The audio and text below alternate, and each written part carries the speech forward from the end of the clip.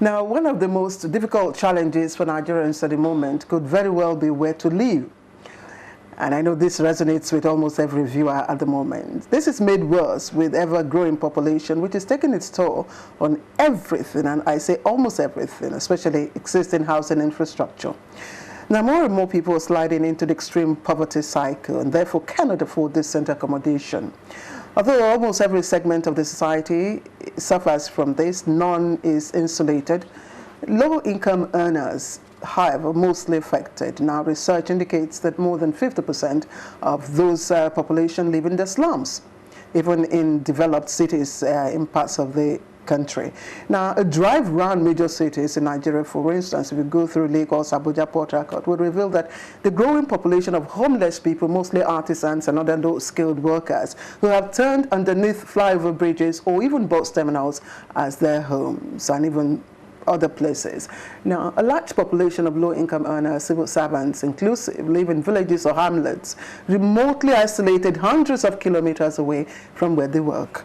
Now, some here in Abuja live in neighboring Nasarawa and Niger states, or in Lagos. People work on the island but live as far as Ikorodu or even Ogun State. So with estimated housing deficit put at about 20 million, it would appear that shelter, which is considered a fundamental human right, has been taken for granted for a long time. As Minister of Works and Housing, Papa, I call him, Lateef Jakande, could only deliver 0.00% of the more than 121 units of houses he promised under the National Housing Program that was in 1994. There were other initiatives such as the National Housing Fund, which was set up also to make access to finance, easy for would-be contributors and enable them to own their houses. But that also met with criticisms and condemnation, especially from the organized labor. There were other funds or initiatives, like, for instance, the National Housing Fund, which was also, initiated to assist many people and enable them own their houses. So many Nigerians now perceive government housing policies as, in quote, broken bottles. Can affordable housing for low-income earners be a reality here in Nigeria? In hindsight, it may sound like a tall dream, but as the proverbial saying, there may be light at the end of the tunnel. And my optimism is centered on a new policy-driven social mass housing initiative. It is one of the linked programs of the social intervention program under this administration. One, to alleviate poverty, cushion effect of COVID-19 pandemic on, of course, the low-income earners. And the initiative is, of course, envisaged to be pro-poor, affordable, accessible, and above all, it's a job spinner. One way to deal with all our doubts is to be informed, and that's what I intend to do on Late Edition this week, as we engage the new kids on the block, so to speak, on this new economic sustainability plan. I am Claire Adelabu Abdulrazak. Thank you for joining me.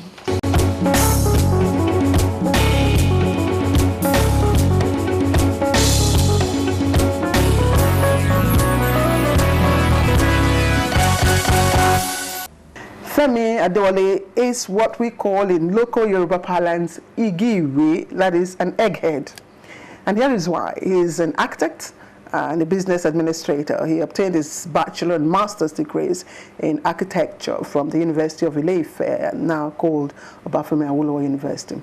He has an MSc in land management and property development from the University of East London, and another Master's of Business Administration MBA from Warwick Business School, University of Warwick in the UK.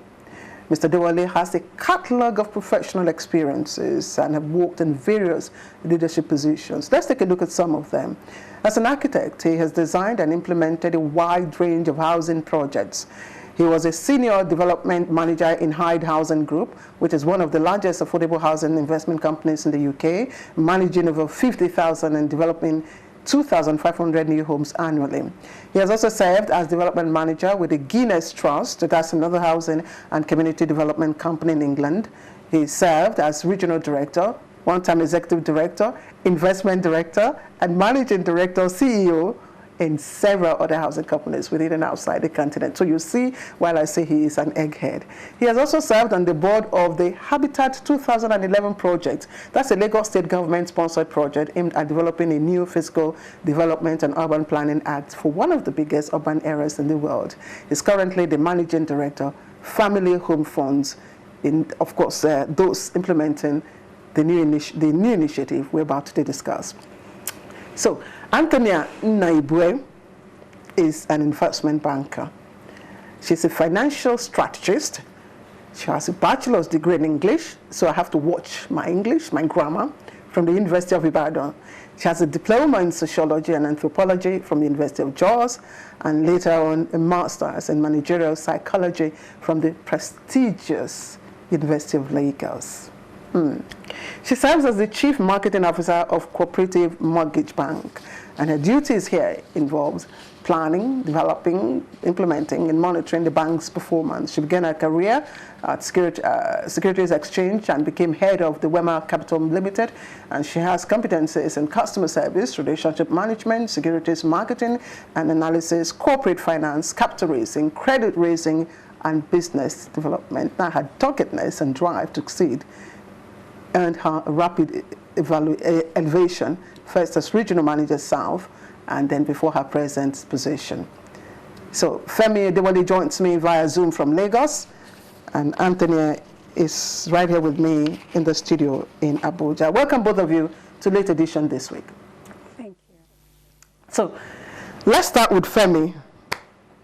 We've had, we've had this encounter, before now. And you know my line of thought. We've had a number of initiatives to address our housing issues. The National Housing Program, under Lateef Jakonde, there was also National Housing Fund to make funds accessible. Then we have the FHA. In terms of policy and execution, how would you evaluate those initiatives? Okay, thank you, Mauricio, and thank you for having me again on your program. I think my view of those programs are informed by a wider context that considers Nigeria a young nation. And these were perhaps first dozen programs that as a people, as a nation, coming out of independence, we tried to implement, to resolve a new emerging challenge around housing. So whereas there is a point of view that says they might have not been as successful as intended, I think that the real outcome of those policies and experiments is the learning that we can take from them.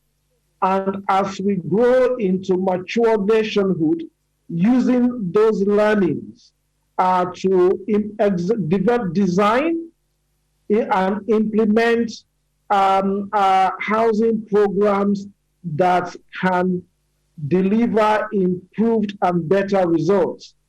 So the current National Housing Program, the NSHC, is drawing quite significantly from lessons learned from the 1979 national housing program promoted by the government of President Shehu Shagari, is drawing on the last national housing program, is drawing on the ministerial pilot program in various parts of it. So my view is, yes, we didn't get as many houses as we wanted from those housing programs. But what we took from them were very significant learnings that will be extremely useful going forward and ultimately enable us to achieve our objective. And if I have the time, I can be quite specific about some of the lessons that we have taken from the last 4 or 5 of those housing programs. Do that because in terms of units of houses, we've got, in fact, like I said, if you drive around some of the major cities, in communities, you will find a lot of the, housing units that are not, inhabited, that are abandoned. Rodents have, taken over those houses. Nobody, this has been, our trajectory in terms of affordable housing. So why is it that when we do provide, even when we do build the houses, they are not occupied, they are abandoned, and resources just wasted? Okay, so let me address that specific issue and perhaps link it to a specific housing program. I think that phenomenon that you described is true and is perhaps mostly linked with the 1979 housing program that was promoted by the National Party of Nigeria at that time, where a lot of the housing units were located at significant distances away from cities and towns, and many of them till this day still remain overgrown with bushes and uninhabited and even collapsed. So what lessons have we picked from that? It was the fact that whereas that national housing program, which was the platform of that particular party's manifesto at the time, was well-intentioned, it suffered from what we called connections. It wasn't connected with the local policy. It wasn't connected with the local government. It wasn't connected with local planning. And that meant that the outcome was that the sites that were made available for those projects were sites that nobody really wanted or people could not live in. So what lessons have we drawn from that? In the new National Social Housing Program, firstly, we're ensuring that this program is owned by state and local governments, that they see that there is a direct benefit to the people who live in the city, and therefore in owning it, they're able to make the right decisions around the location of those houses. Let me put you on hold before you fast forward us to what I know you are eager to speak on this initiative, but I also like us to understand the past, where we went wrong and what happened. And that's why earlier on I introduced Antonia here, who is the Chief Marketing Officer for Cooperative Mortgage Bank and all that, and she's been a very good strategist. In terms of strategy and approach, not just to housing, have we gotten it right? Also targeting strategies to target beneficiaries. Yeah, thank you. And once again, I want to say thank you for having me. In terms of strategies, I would say, or I would look at it that, of course, a lot of strategies that has been put in place before now, I may not be able to say that they have fully worked out as expected. But just like Mr. Femi said, majority of these strategies may not have worked out the way that we envisaged it, or the expectation that was So, but at least from what we have now, we can build from these strategies that may have failed in one way or the other. And I believe that from what we have now, or what we have going on now, these strategies that may not have worked out as planned back then, I believe that now is going to help us. Because when you look at the plan right now for this housing scheme, you can see that a lot of strategies has been put in place, a lot of plans has been put in place in order to ensure that this particular scheme works out and it doesn't just come just like any other scheme and fades away. So sometimes we target a particular class of people. Let's say, for instance, I don't want to say, a good number of initiatives that are targeted at the lower income earners, the artisans and all that, eventually don't get to reach those people. Is that a strategy issue? Well, I could say it's maybe in the past, right? And like I said, I believe that is part of the reason some of these strategies have been revisited and have been worked on to ensure that what happened in the past does not happen again. Example is the cooperative societies approach that has been employed this time around.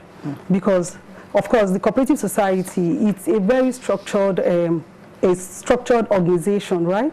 And it houses almost every class of individuals. We have both the low, the middle, and the low income earners. Has it been employed before in addressing the issue of housing in this cooperative system? I would want to think that this is the very first time this particular strategy is being employed. Yes. And I believe the reason is because in the past, the strategies that are being employed, at the end of the day, you find out it hardly gets to the masses, it hardly gets to the target market. But now, being that it has been directed towards the cooperative societies, I believe that with the structure, with how structured the societies are, it's going to make it easier for these people, the target audience, as far as this scheme is concerned, that they are being reached out to, and they benefit from what has been structured for them. I'm worried. I don't know. Mr. Adewale, the cooperative platform has been in existence for a long time. It's not just, I think it only just, got widened in terms of horizon and scope. Why wasn't it a choice platform, for implementing the housing initiatives? Thank you. I mean, that's a good question, but I think it's clear why. First, the cooperative movement in Nigeria has largely been a multi-purpose model, which means that the broad focus of these societies was looking after the day-to-day welfare of their members, primarily about little loans for trading and things like that. There's really never been a big focus for cooperatives in the housing space, particularly at the lower and medium income end of the market. So that has been an issue in the past strategies, that they just did really not have the capacity to do it. But again, the use of cooperatives is part of the learnings that we have learned from what has worked or not worked in terms of past policy. And it's one of the options that came out of how do you achieve the results that you just mentioned. How do we ensure that housing that is meant for people on low and medium income actually gets to them? And we feel that the cooperative movement and the strength in numbers offers a very strong chance of delivering that result. It is not the only one, but for the time being, it is one that we are prepared to bet on, and that is what we are doing. But if I may just address one of your early questions about strategy and the distribution of these units. The housing market is heavily segmented. There's a need in the higher income market, there's a need in the medium income market and there's a need in the low medium market. In Nigeria, all of those segments of the market have a supply and demand imbalance, which means that if you just provide only for the low income segment, the people on the middle income who have more resources but have no supply of housing, they are going to come down the market and take the houses away from the people on the low income by virtue of their stronger earning power. And that is what has been the case in the previous housing policy.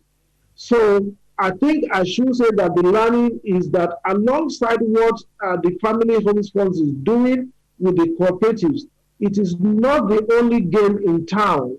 Our partners, the Federal Mortgage Bank, private sector developers are also increasing supply in the middle and the upper middle income market. All of these things have to work together to ensure that people in the medium and upper medium income don't feel the compulsion or the need to slow housing that is meant for people on low income. Thank you. Back to Anthony. How you've been handling, developing, and monitoring cooperative, platforms for quite some time, especially among financial institutions. How effective has it been as a strategy, as a tool? Come again. How effective has the cooperative platform been as a tool, to execute programs and policies? Okay. In fact, I would say that the choice to use the cooperative societies is one of the best decisions that we have made as regards this scheme. And the reason I would say that is because, for example, over the past month, we've been having to go through or do some sensitization on this scheme. And in fact, the way people has been warming up to this has been really, really very encouraging. And you find out that a lot of cooperative societies with very good numbers, some of them, in fact, they cannot even believe that this is real, because to them, this is prayer answered. What are the positives? What are the benefits or advantages of the cooperative system? What does it block and what does it enable? Yeah, the cooperative system definitely is going to allow for this scheme, for these houses to get down to those that really need it. Yes, and because the housing, the various houses which have been listed for this scheme, they have 1 bedroom, the 2 bedroom, the 3 bedroom. You find out that this is something that is going to be affordable for these people, and majority of them have been warming up to it. So of course, the cooperative society is going to make it easy, and being that they have their own, they have their own leaders, they have their own bodies, which is always there for them, and who is going to, of course, be there for them and ensure that they are able to get these things down to them. So the cooperatives, using the cooperative society as a vehicle, I believe, is one of the best decisions that we have made as regards this scheme. Okay, Femi, let us look at within the context of housing. What does affordability mean?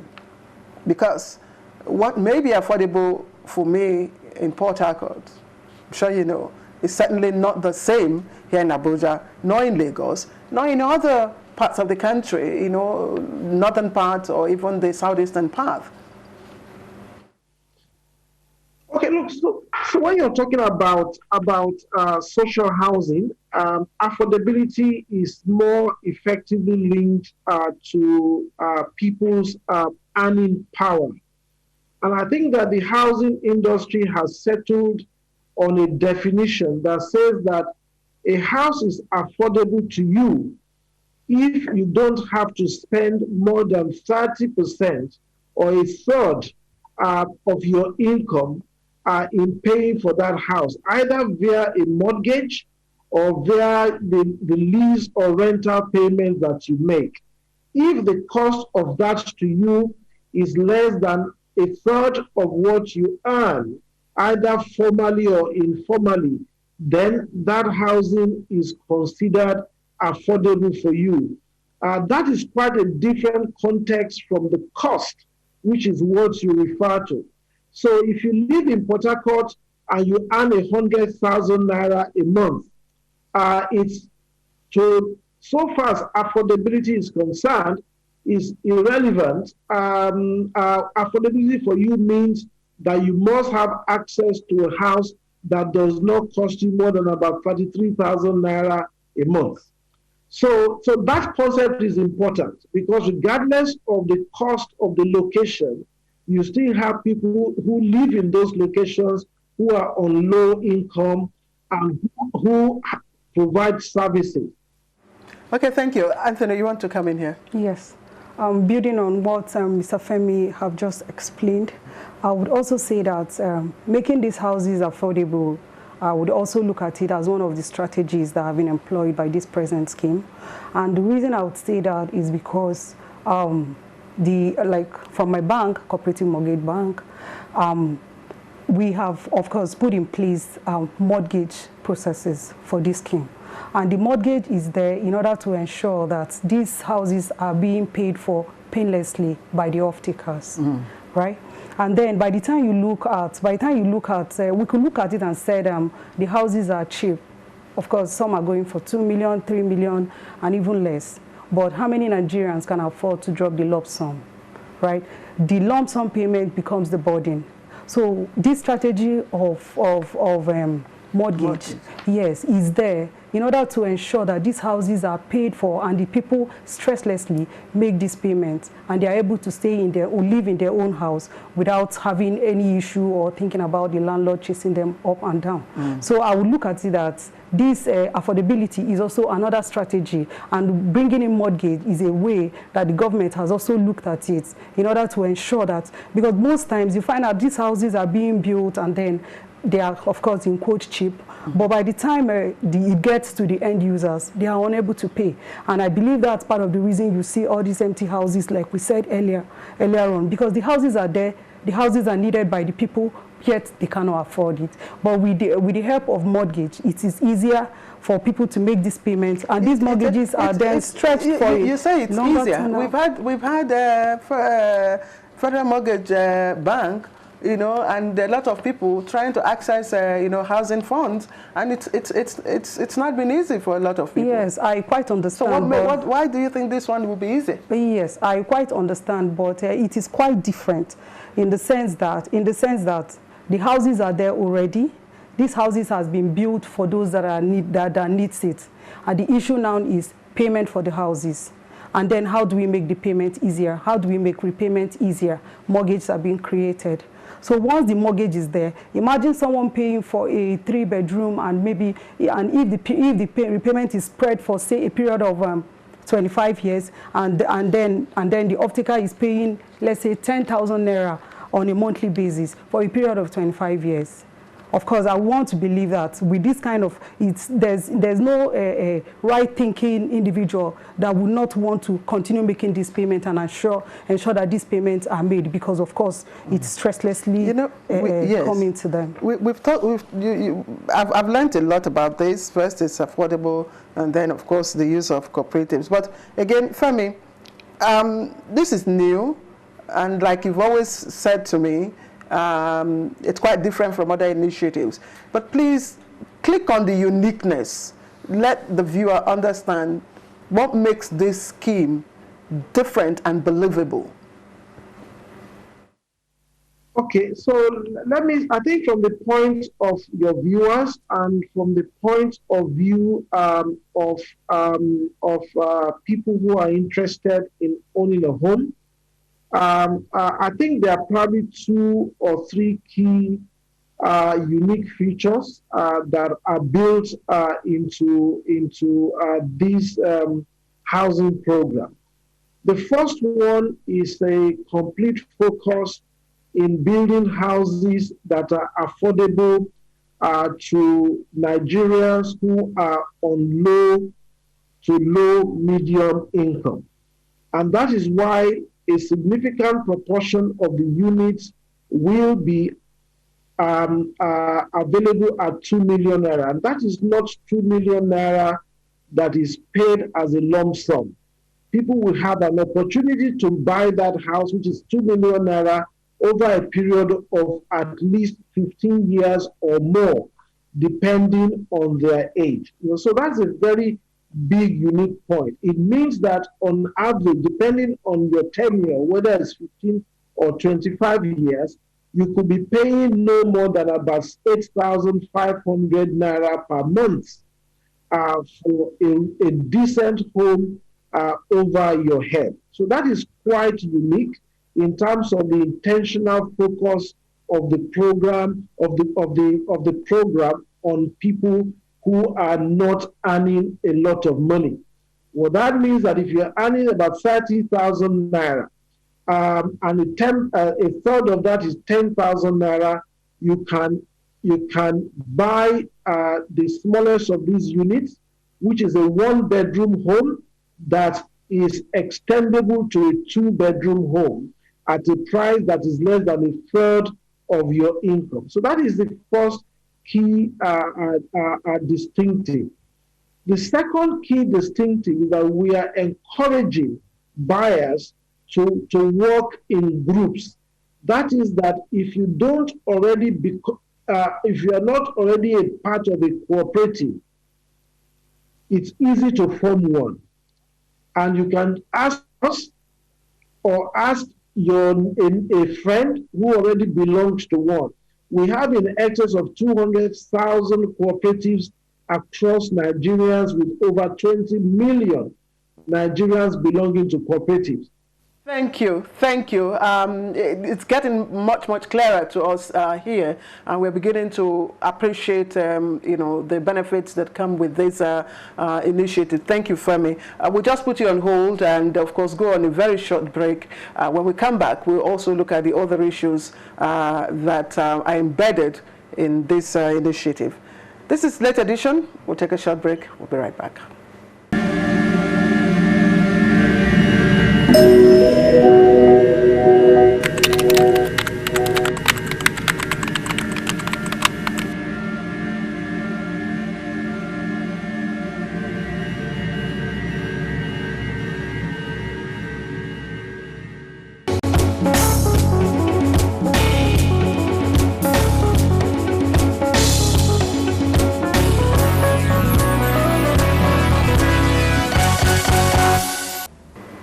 Late Edition. Thank you for joining me once again. This week we're looking at the new National Mass Social Housing Initiative under the Economic Sustainability Plan being implemented by the Buhari administration. And I have Femi Adewale, who is the Managing Director of Family Homes Fund, drivers of this scheme. And I also have Antonia Naibwe, who is also the Chief Marketing Officer of one of the cooperative institutions that are also involved in implementing the scheme. So again, ladies and gentlemen, thank you for joining me and staying on to the program. So let me come back to, let me put Tonia on hold. Femi, you talked about the fact that it's affordable and 2 million stretched out, very long tenure, and it's for everybody. I'm just wondering if the buildings we have behind you, the buildings that are, keyed behind you, is that part of, the housing units?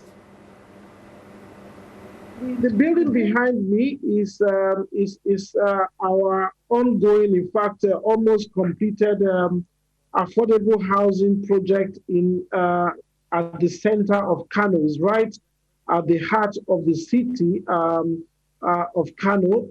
It's affordable, but it's not social housing, because these units cost about 5 million to 6 million naira. So they are not the 2 million naira homes. But yesterday we launched the 2 million naira homes in Day in Abuja. As part of the media launch. The objective of that was to introduce the media, particularly to what the 2 million naira home looks like. We feel that it's a very decent house. It was a single-story building, very well built, spacious rooms. For the single houses, the bedroom was 11 square meters, and for the living room, it was about 13.5 square meters. The kitchen was 7 square meters, which is actually bigger than a lot of kitchens that we will find, and it has its own space, its own piece of land.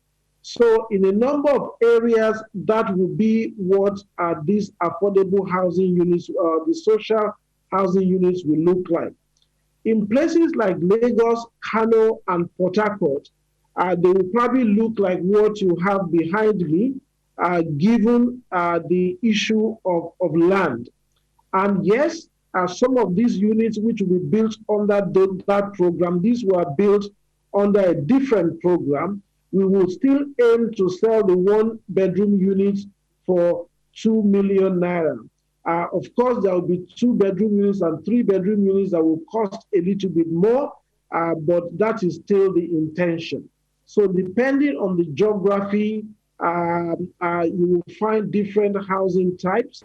What we have in Dede, in Lagos, in Kano, or indeed in Port Harcourt, where we'll be working with the local context.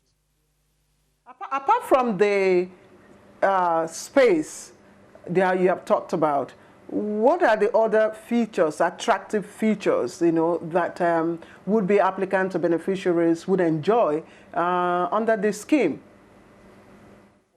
Okay, so I can address that. In terms of the house itself, then I'll talk about what they can enjoy in terms of the community in which they will live. In terms of the house, yes, it's a standard house. It's currently block work house. We are experimenting in a while with non-cement based products, which is like brick houses, but for they're just the standard 9-inch block houses. The one-bedroom house will have a major bedroom, a living room, a kitchen, and a bathroom, toilet.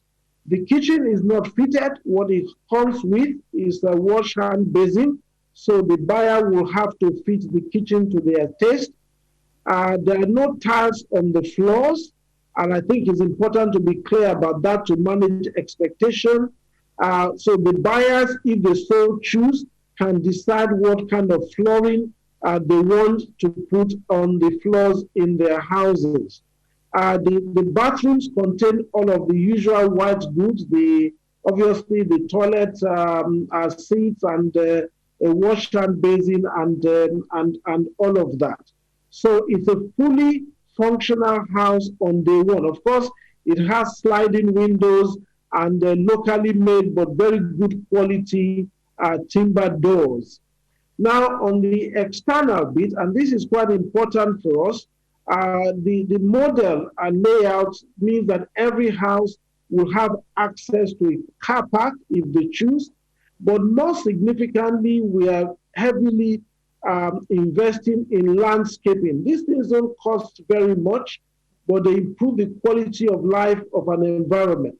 So there's a lot of landscaping on the site, a lot of green areas for children to play, and provision for a part of the site that is dedicated to commercial uses, schools, shops, all of which will be concessioned to private operators. I mean, who is, this is interesting, who is building and who is funding? Well, okay, look, the role of the Family Homes Fund as the implementer of the program is primarily to fund. But we don't want to be a detached lender. So we have spent a lot of effort, not just in focusing on our role to fund, but also in designing the prototype and the standards that we expect from developers and cooperatives that we hope to fund. So when cooperatives and developers come to us and we start discussions around the projects for which they want us to fund, part of the initial discussions is to socialize the standards, the minimum standards that we expect from them. And I think that generally, most people want to do the right things. We find that our standards have been generally acceptable. What we don't want to do, and I think you talked about lessons learned from the past, is that we don't want to build slums. We are quite committed to building places where people want to live and they are proud to live. And I think that is a new approach to lending, particularly in the social housing space. Thank you. Let me, before I continue with you on other issues, let me ask, one of the capacities you're also leveraging to implement this scheme, that's the Cooperative Mortgage Financiers here. So what exactly are your roles in all of this? Thank you. And I would say that as a mortgage bank, our role is basically to sensitize the cooperators. My bank, Cooperative Mortgage Bank, is the cooperators bank. Large shares of the company is owned by cooperative societies and high net worth cooperators. And so our role is this. Of course, we are very happy with this initiative because, of course, we know it's a laudable one. And having used the cooperative societies as a vehicle, as one of the vehicles to drive this initiative, we're all out to support the cooperative society and to ensure that the cooperative societies get to understand what is in it for them. Sometimes they find it difficult to access your fund from your institutions. You mean? Yes, members of the cooperatives. Of course, my bank, Cooperative Mortgage Bank, is the cooperators bank. So it will be difficult to say that, really, because we understand the language of the cooperatives, and that is all we do. So it will really be difficult to say that because Cooperative Mortgage Bank has been in existence for over 26 years. And we have been around providing mortgage banking, construction finance, and all targeted towards the cooperatives. We've done a lot of construction finance for a number of cooperative societies. So with the advent of this scheme, of course, we are in need to sensitize cooperators and to ensure that they quite understand what is in it for them. And also, it will interest you to know that in a couple of months, that a lot of sensitization has gone into this, and a lot of cooperative societies are already warming up to the scheme. They are already even expressing interest. So as it is right now, as the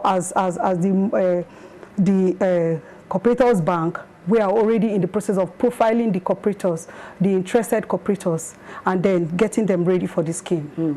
Femi, can you expand on what you just said for us, so that the applicants would know what exactly is required of them, when they approach these financial institutions? Can you repeat that question? Yes, can you expand on what Tonia, said about the role of the cooperative financial institutions in this scheme, so that will-be applicants will know what is required of them when they approach them? Okay, I can do that. We have actually developed and articulated a framework for working with cooperatives, and it's a 7-step framework, and it starts with 1. For existing cooperatives who have their members, they will log on the online portal that was launched yesterday. We will capture their data and share with them access to the information of all the project sites across the 36 states and the FCT that we are working with. With access to that information, they are able to indicate interest in a single site or multiple sites, depending on the needs of their members. So that creates what we call the hook.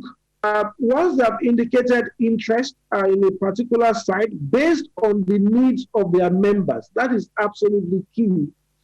We enter into a light agreement with them that says this is what we will do, and this is what they will do. And primarily what their job is to basically aggregate their members, provide information for their members, and agree to undertake the role of the sponsor for the project. So they own the project.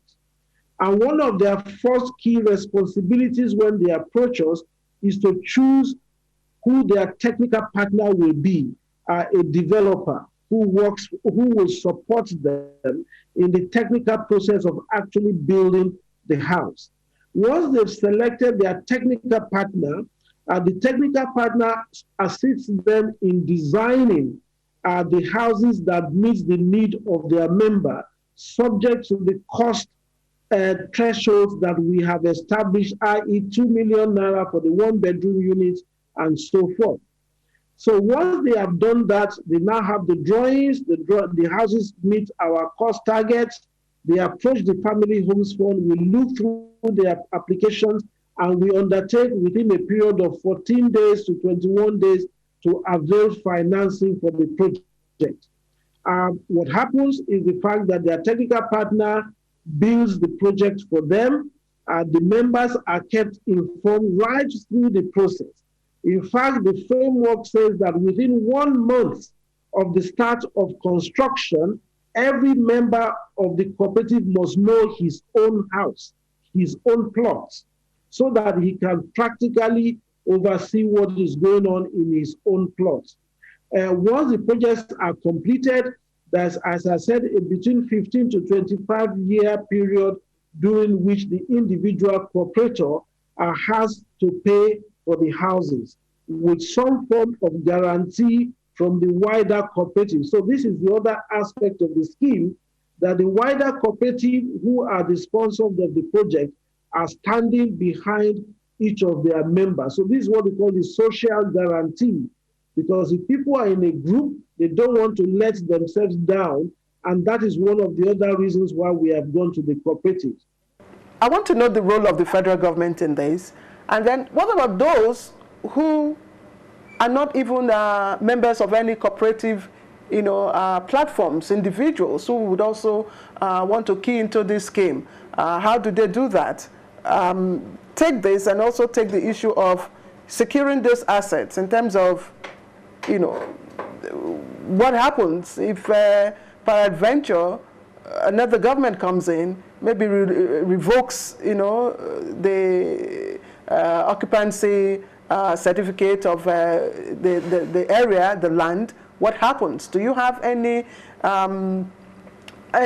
platform or security platforms, to secure these assets when they eventually own them? Okay, let me take the first question. This program is sponsored by the government. It's part of His Excellency President Muhammadu Buhari's economic sustainability plan, aimed at first rebooting the economy, creating jobs, but also primarily improving the quality of life of Nigerians on very low income. So this is fully supported by government and indeed through the central bank. And I think we haven't said enough about the central bank. Through the central bank is providing all of the capital, all of the money required to finance the project. So the root of all of this is the federal government, that the beginning and the end of the project, and we absolutely appreciate the work that the government has done and the leadership that is given the project.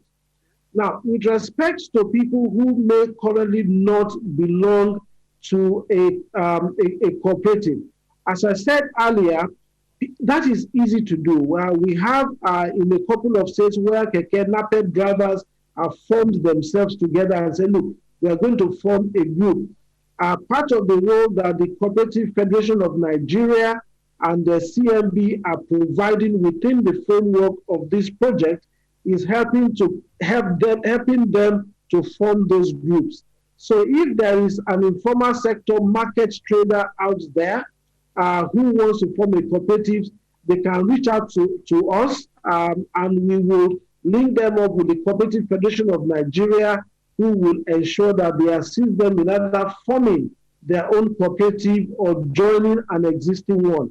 We had a good experience in Kaduna where a lady has mobilized market women in Kaduna into a cooperative that never existed even before the pandemic. It's called Adashi Women's Housing Society.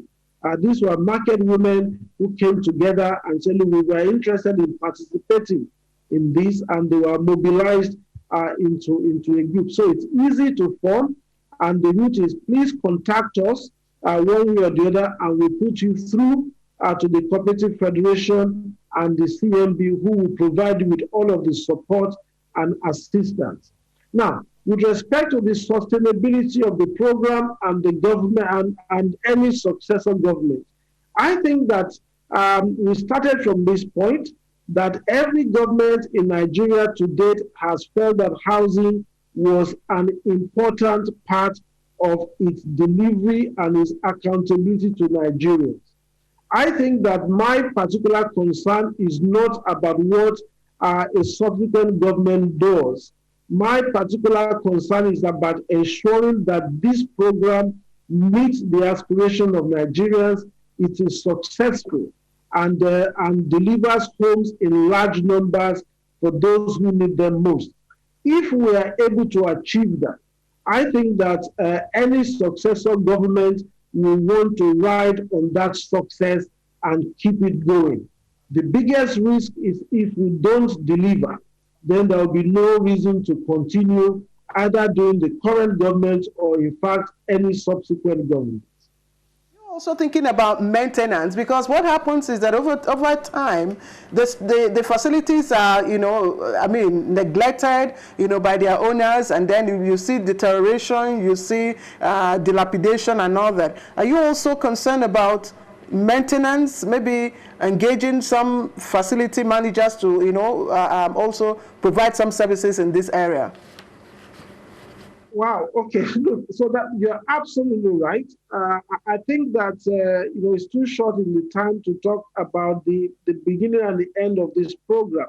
But one of the very many reasons why we focused on the cooperative route also relates to that. Because once the buildings are finished, people have moved in there, and family household moves on to another project. These people have to live on the estate, and they have to maintain their estate.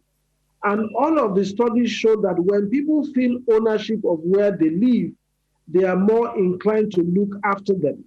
So our current plan is to incubate and support resident associations, which is essentially those cooperatives. They've already been there at the beginning. They own it. They were involved in the design. They were there doing the construction. So this is not strange to them. It's for them then to come together again as a residents association on the estate and manage their estates either directly or outsourcing to a facility manager who is going to be accountable to them. And one of the things we're doing to help that to happen, I mentioned earlier that part of the facilities on the estates are the commercial centers and nursery schools, which we concessioned out. All of the income from those concessions will go to the residents association initially to create the seed financing for maintaining the grass, for cleaning the estate in the early stages when those things can be very expensive. It is absolutely correct that part of the things we haven't done in the past is developing a strategy for maintaining that estate.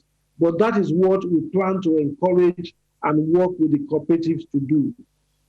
I just have Antonio to take the last question in 60 seconds, and that's to ask if this is the first time that cooperatives will be involved in this provision of mass housing. You mean Cooperative Mortgage Bank? Yes. Well, like I said, this is not new to Cooperative Mortgage Bank. We have always been in the business of the cooperatives. And of course, even before this scheme, before this initiative was launched, Cooperative Mortgage Bank has had a lot of housing finance projects that we've done with a lot of cooperative societies. So with this, of course, we are sure that definitely it's something that Cooperative Mortgage Bank is going to push.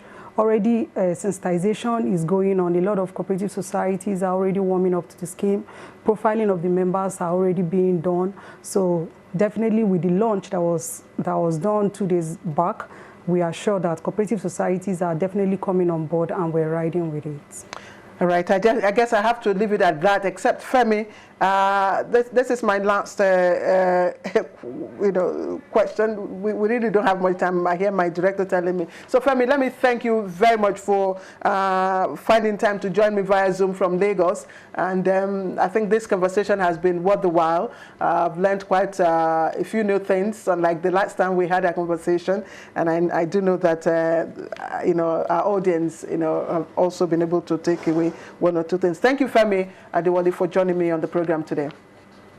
Let me also appreciate Antonia Naibue for flying all the way from Lagos to join me for this conversation, and we do look forward to a successful implementation of this laudable initiative. Thank you very much for coming. Thank you. All right, and that's it this week on Date Edition. I'd like to thank you very much for watching. Don't forget, you can watch all our programs, of course, online. And from me and the rest of my production crew, it's bye-bye.